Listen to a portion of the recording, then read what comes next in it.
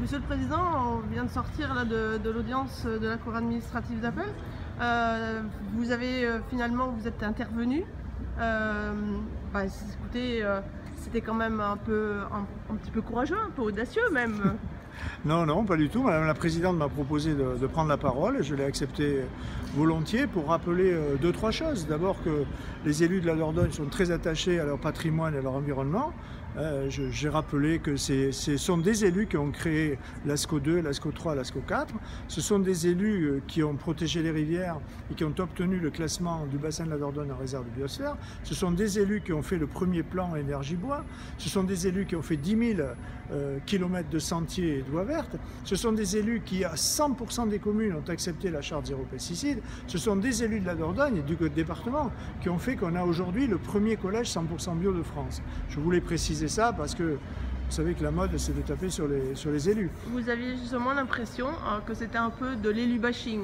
Oui, bien sûr, j'ai ressenti que c'était de l'élu bashing, absolument, puisque les élus seraient des ignares, des abrutis, des gens qui connaissent rien, voilà. Et précisément parce qu'ils sont en Dordogne, en zone rurale. Et surtout en zone rurale, puisque dans cette affaire, on sent bien en contrepoint une espèce d'opposition qu'il y a entre les métropoles et le monde rural. Dans les métropoles, on peut construire des immeubles à 19 étages, c'est ce qui va être fait à Bordeaux d'ailleurs. On peut faire des monuments extravagants.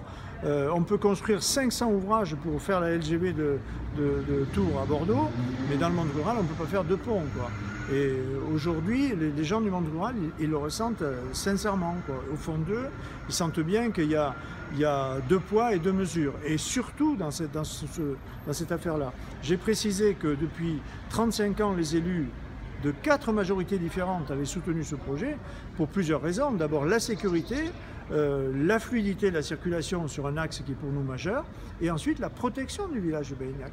Baignac, c'est un des plus beaux villages de France et il est pollué tous les jours par 6 000 véhicules en moyenne à l'année, jusqu'à 13 000 pendant l'été. Et puis j'ai fini sur des questions de sécurité, parce que là, elles sont gravissimes, puisque la commune a fait des travaux depuis 2 ans, et ces travaux ont aggravé les problèmes de sécurité. On a un constat d'huissier fait par le département, un constat d'huissier fait par la région, on a un constat fait par les pompiers, qui nous disent, et les constats des transporteurs, qui nous disent qu'avec 2 véhicules à fort gabarit, s'ils se coincent, on ne peut pas évacuer un car.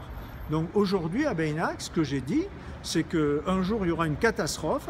Tout le monde le dit, d'ailleurs, ce matin, sur France Bleu, l'antenne était ouverte et plusieurs personnes l'ont dit, il y aura des morts à Baignac.